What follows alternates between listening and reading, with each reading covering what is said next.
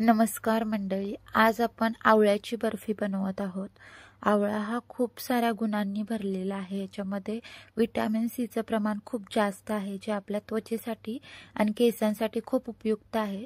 तर उपयुक्त अशी रेसिपी आज आपण बनवणार आहोत। त्यासाठी पूर्ण पिकलेला आवळा घ्यायचा आणि शक्यतो त्याच्यावरती डाग नसतील असा आवळा निवडून घ्यायला ट्राय करा। तर मी सगळे आवळे स्वच्छ धुतलेले आहेत आणि पुसून त्यांना कोरडं करून घेतलेलं आहे। आता एका कढईमध्ये मी अर्धा तांब्या पाणी चढवलेलं आहे आणि जी कुकरची रिंग असते स्टीलची किंवा ॲल्युमिनियमची कोणती असेल ती खाली ठेवायची आणि त्याच्यावर जाळीचं झाकण ठेवायचं आणि आता पाणी उकळू द्यायचं आहे आपल्याला। पाणी उकळते तोपर्यंत आपण एक कॉर्नफ्लॉवरची स्लरी बनवून घेऊया।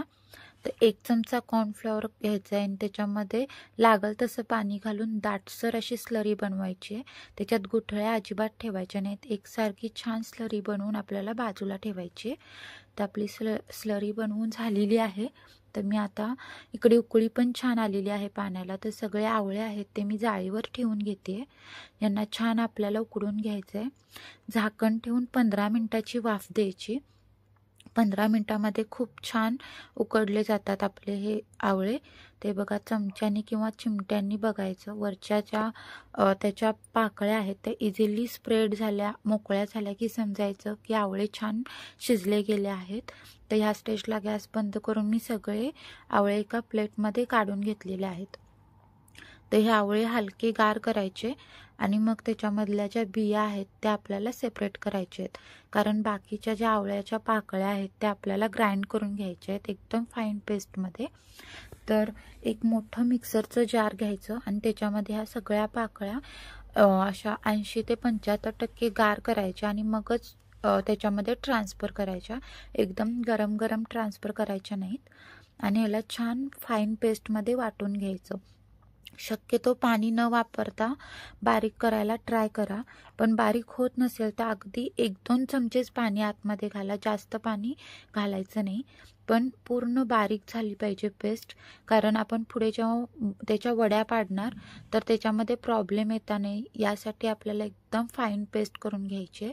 हे बघा मस्त पेस्ट तयार करून घेतलेली आहे मी। तर आता ही पेस्ट आपल्याला मोजून घ्यायची, कारण ही रेसिपी आपण पूर्ण मेजरमेंटनी करतोय।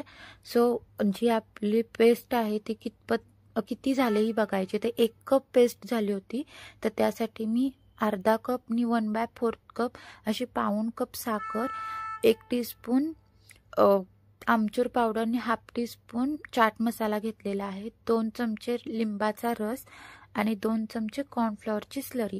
असे हे सगळं साहित्य आपल्याला बाजूला करून ठेवायचं आहे, जेणेकरून आपण रेसिपी करताना आपली गडबड होत नाही। तर आता एका पॅनमध्ये मी चमचाभर तूप घेतलंय। तर ते तूप चांगलं गरम झाल्यानंतर त्याच्यामध्ये आपल्याला आवळ्याचा सगळा पल्प ॲड करायचा आहे आणि तो छान भाजून घ्यायचा आहे। ही प्रोसेस लो हीटवर करायची, म्हणजे गॅस जास्त मोठा करायचा नाही, लो टू मीडियम फ्लेमवरती ही पूर्ण रेसिपी आपल्याला करायची आहे। हाय हीट केल्यानंतर खालून बॅटर जळण्याची शक्यता असते, सो ही काळजी घ्यायची। एकदा का छान तुपावरती ते मिक्सचर आहे ते परतून झाल्यानंतर आपल्याला याच्यामध्ये साखर ॲड करायची आहे।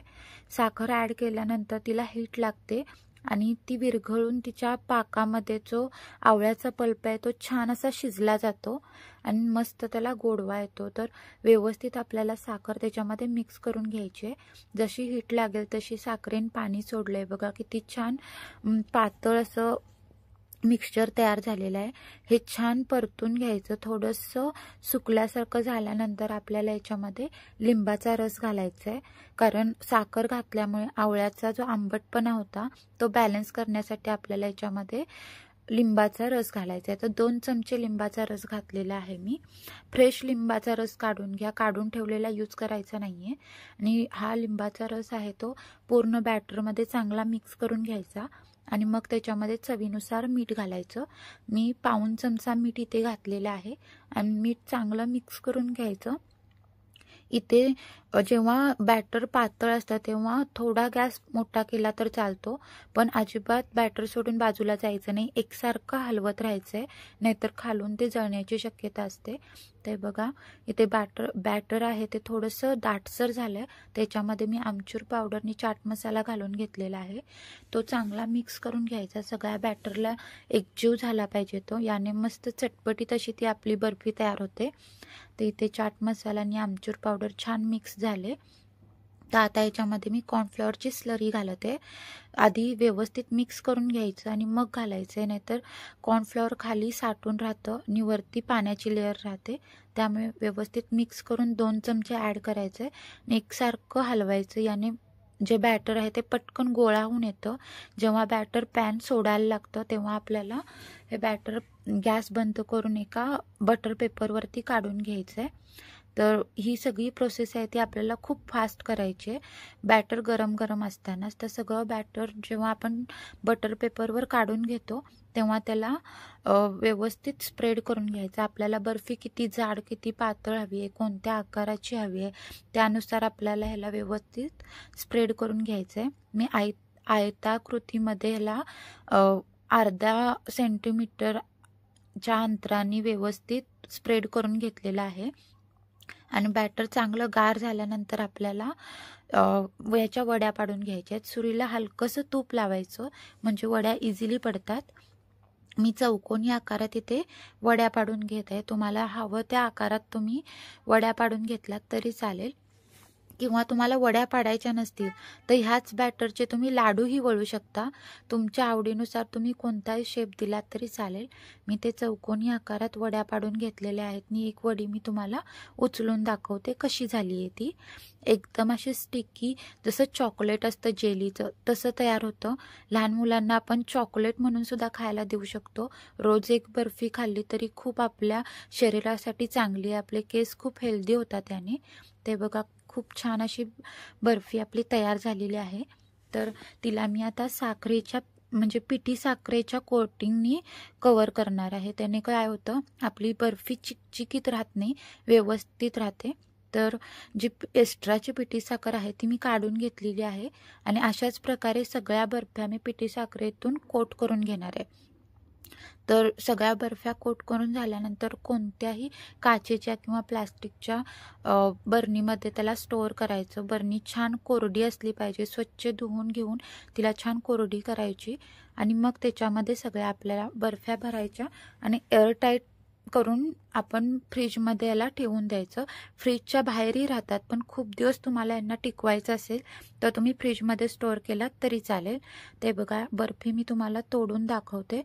मस्त अशी जेलीसारखी तयार झालेली आहे. जसं जेलीचं चॉकलेट येतं तसं चवीलाही खूप छान झालेली आहे.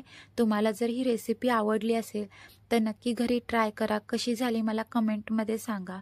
आणि माझ्या रेसिपीज आवडत असतील तर त्यांना लाईक करा, माझ्या चॅनलला सबस्क्राईब करा, बेल आयकॉन दाबा, जेणेकरून माझ्या रेसिपीज सर्वात आधी तुमच्यापर्यंत पोहोचतील.